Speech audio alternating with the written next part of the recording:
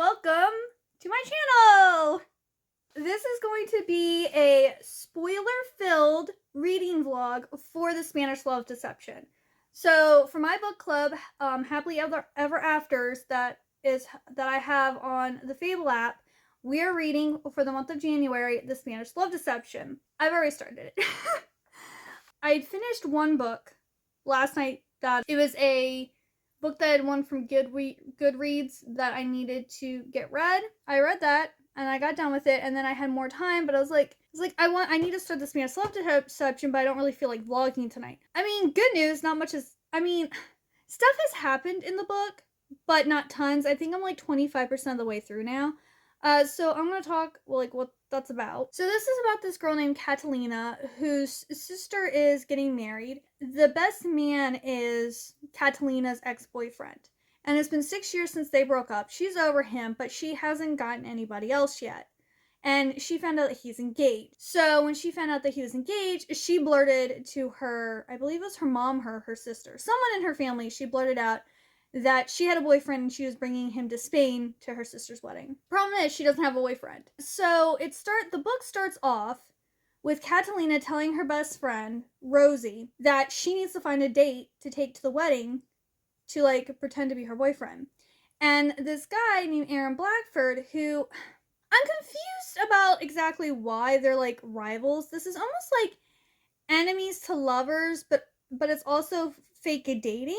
Sorry, holding the camera up is really hurting my arm. I don't know why.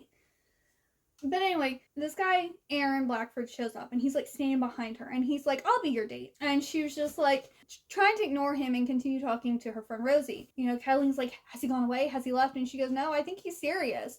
And so she's trying to blow him off. She's trying to get him to leave. And he keeps on no, I'll seriously be your date. What other option do you have? Who else are you going to take?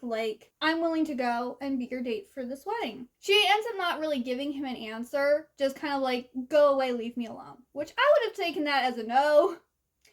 But Aaron's not going to give up. As he's leaving, he tells her to make sure that she's not late for their meeting. So they have to go to this meeting where all of the project team leads are getting together and they're talking about the projects and things that are going on. It's revealed that they're going to have this open door day type of thing where they want potential clients to come and see what the company is about and kind of encourage them to I guess hire them to be in charge of their projects. Jeff, I'm not sure if he's the owner. I know he's their boss, but I don't know if he's just the team lead's boss or if he's the owner of this company.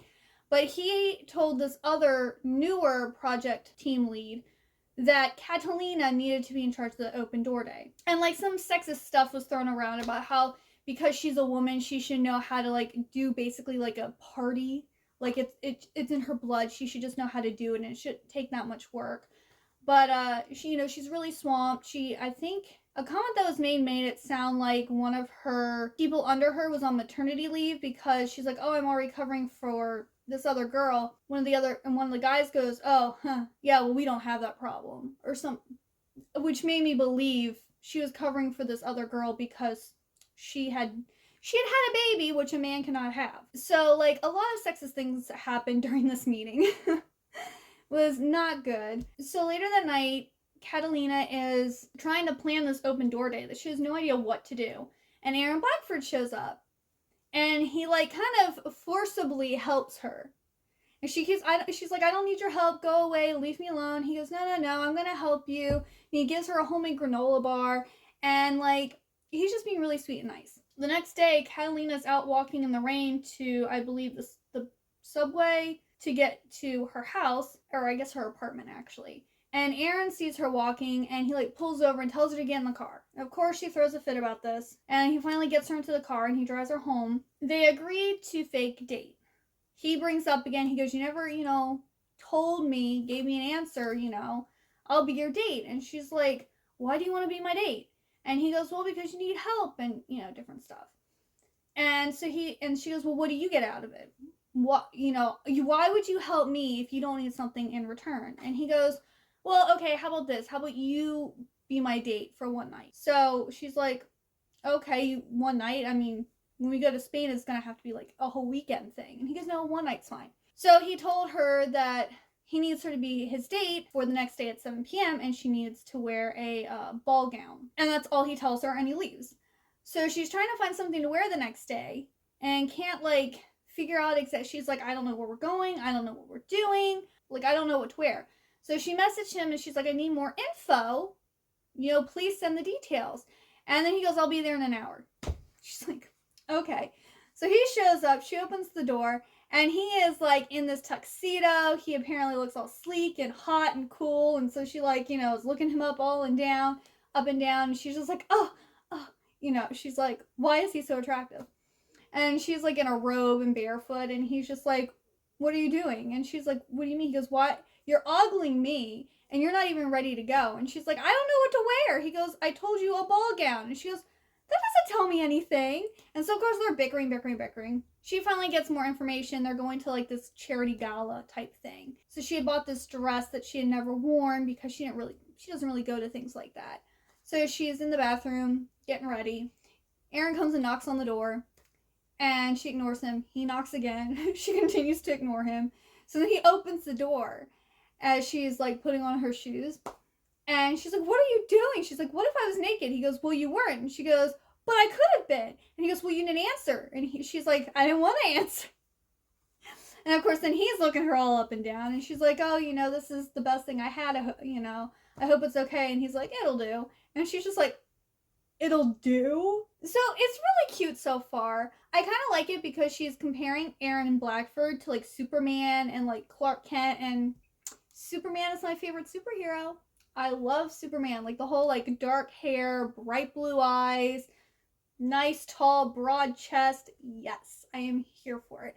So his personality isn't my type, but the way she's explained the way he looks, he would totally be my type. So that's nice. I'm not really sure, I'm confused about why there's this animosity between them, because Catalina mentions that on, I believe it was his first day of work, she was 15 minutes late to their project team lead meeting, and she accidentally knocked over some coffee and spilled it on him and his paperwork and stuff.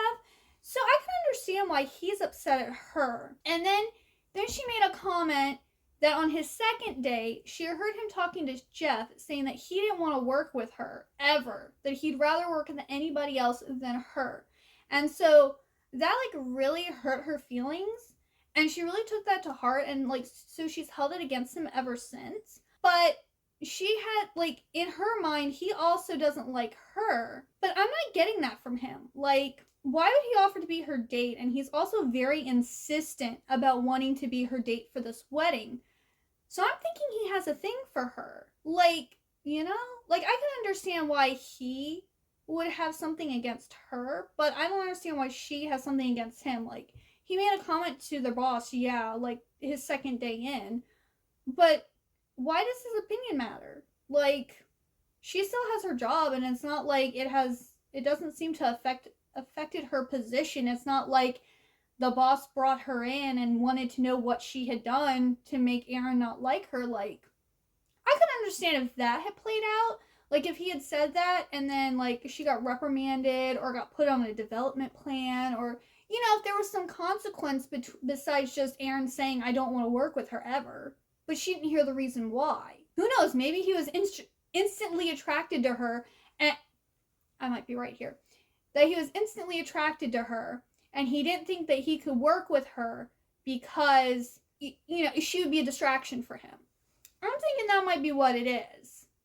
And that's why, once she finds out, it's going to be okay. That's my because he seems to be into her, and he keeps on wanting to do things to help her. But it doesn't seem like he's been doing this consistently. When the book starts is when he starts actually being nice to her and doing things for her, which I think is a little weird. Not unless she didn't notice previously, and maybe as we get further into the book, she'll remember other things that he's done to be nice. I'm not really sure.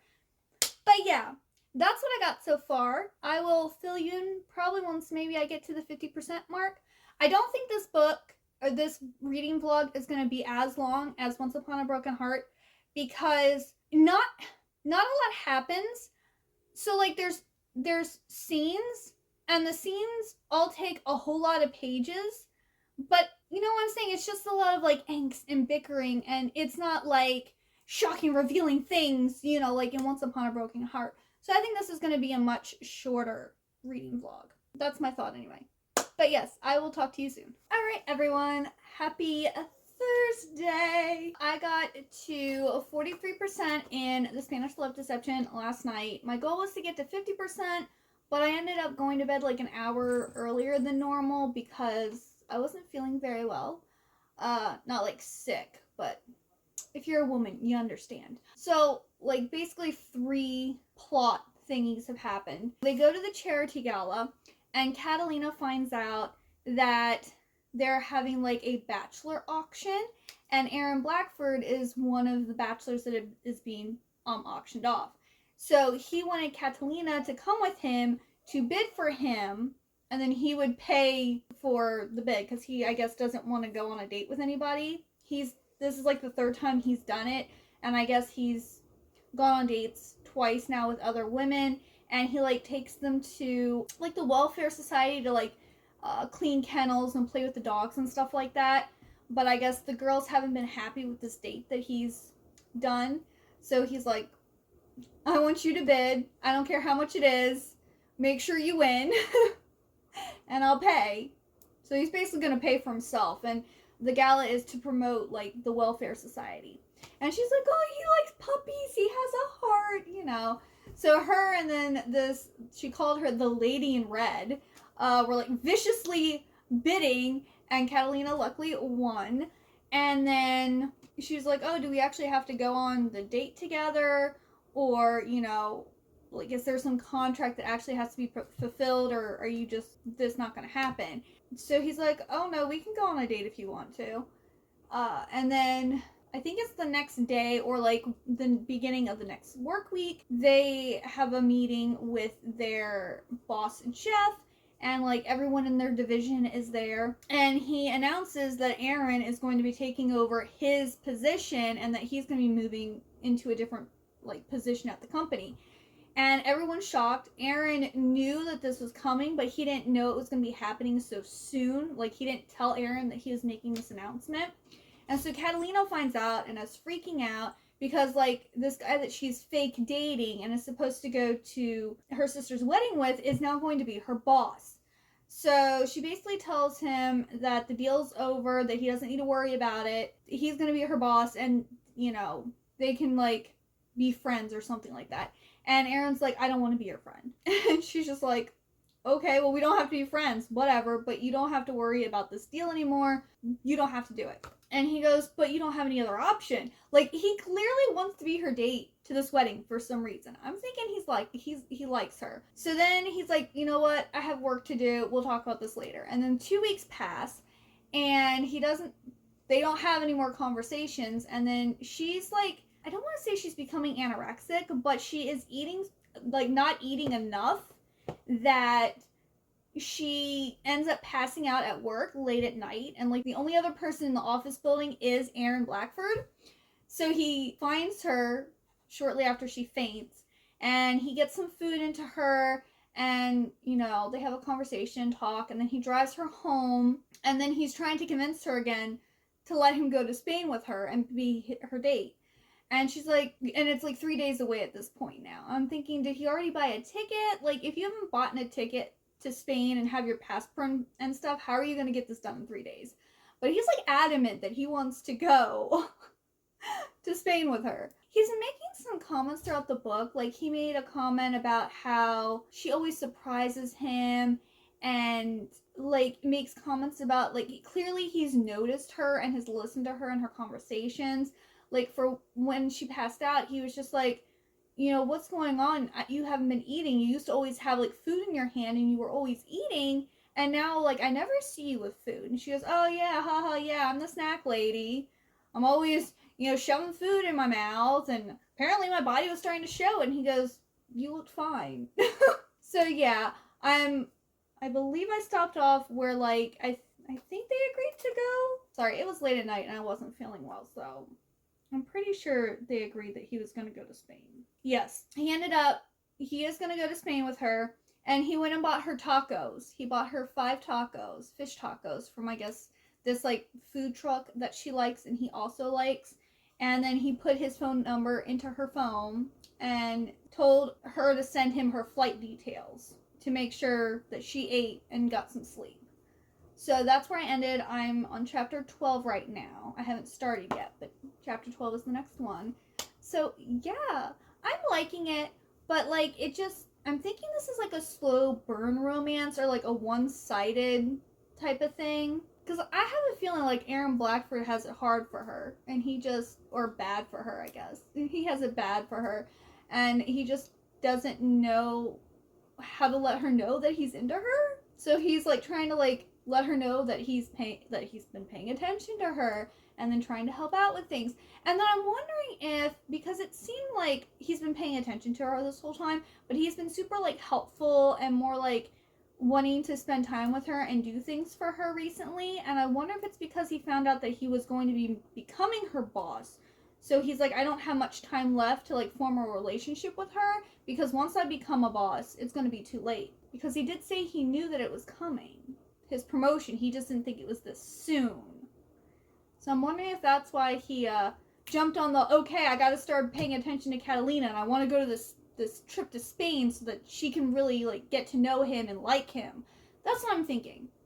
This is my guess, but we'll find out. I will, since I'm almost 50% in, I'll probably like check in around like the 65-70% mark, or just like whenever I end reading tonight. I do have to go shopping tonight, so I won't have as much time to read, but that's okay. It's all good. All right, everyone. I have now reached 75%, or I'm 75% into the Spanish love deception now. And there's a really cute scene. But where we last left off, Lena and Aaron had both agreed that he was going to go to Spain with her for her sister's wedding and pretend to be her boyfriend. There's hints and feelings here that Aaron is wanting more than to be just a fake boyfriend. Lena gets to the airport super early, and she's waiting and waiting and waiting, and she thinks Aaron's not going to show up. She thinks he's going to back out, but he ends up showing up. And she goes, I thought you weren't coming. He goes, I'm early. He's like, you must have been here ridiculously early that you thought I wasn't coming.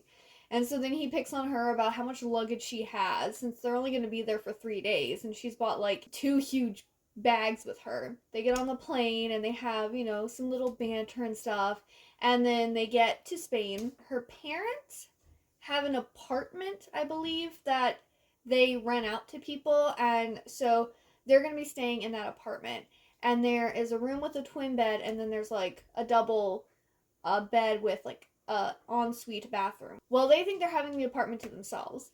So Lena tells him that he gets the twin bed, but then she realizes he's probably too big for the twin bed. So he goes, no, I'll take the twin bed. I'll fit. It's going to be fine. And so he like goes and tries to make it work.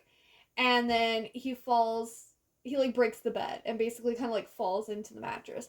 Well, her cousin then shows up, and she starts making fun about them like breaking the bed, because he grabs Lena like onto the bed with him as like her cousin comes in. And so they find out Lena's cousin's actually going to be staying there, and they're going to have to share a bed together.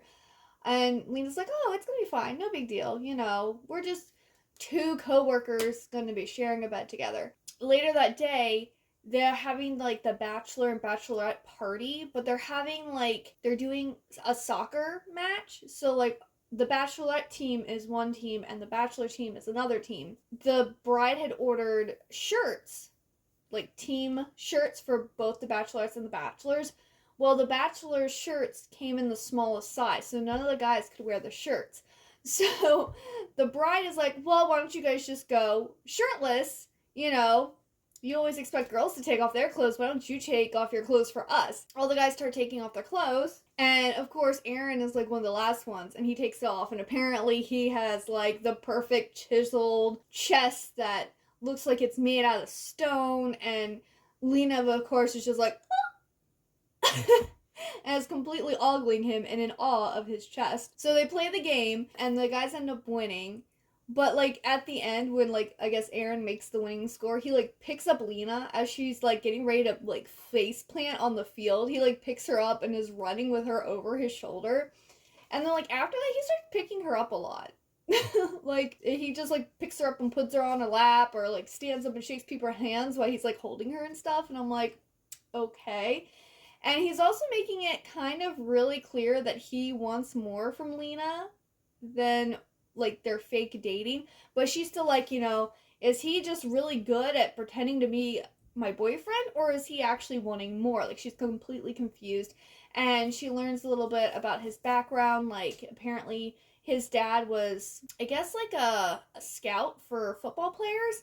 And when he realized his son was really good at football, he, like, kind of honed Aaron to be, like, a pro star. And so Aaron was, like, being, like, scouted and looked for and was, like, really good at football. But a year after his mom died, he decided that he didn't enjoy football anymore and he wanted to quit because his dad, like, when Aaron's mom died, his dad made their relationship more like coach and player instead of father and son. And it was just, I guess, too much for Aaron, and he wasn't happy playing football anymore. Of course, everybody wants to know how Lena and Aaron got together. So, like, Lena is telling about how, Aaron first came there and what she thought of him.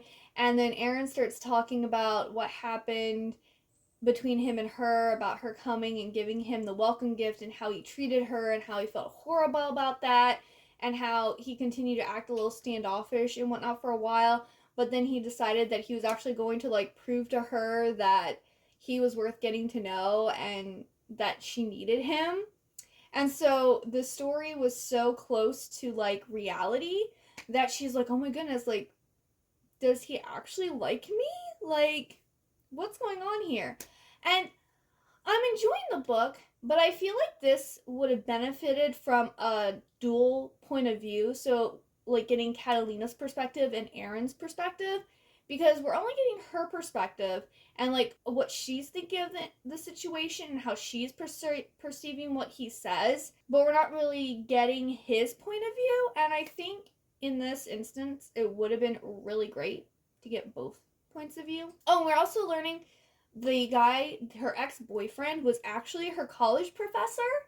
And we still haven't figured out exactly what's happened, but she made a comment about how he never really cared about her or anything because when he started to get a sniff that something bad was going to happen, he dropped her.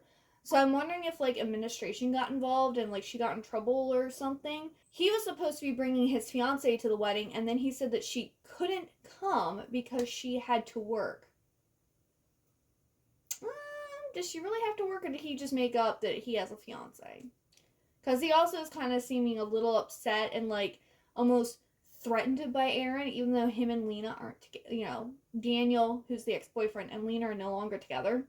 So yeah, there's a lot of stuff going on. And then there was this one really steamy scene where, like, they're in the bedroom together and they're, like, getting in their pajamas and everything, and Aaron was all, like, hovering over her, and she's just like, is this pretend or real? And he goes, it can still be pretend if that's what you want. And she's just like, yes. And then he's, like, kissing her all over her face and her neck, and he tells her that he's gonna kiss her, and he gets ready to kiss her, and then he stops, and then he tells her that when he kisses her, it's going to be for real.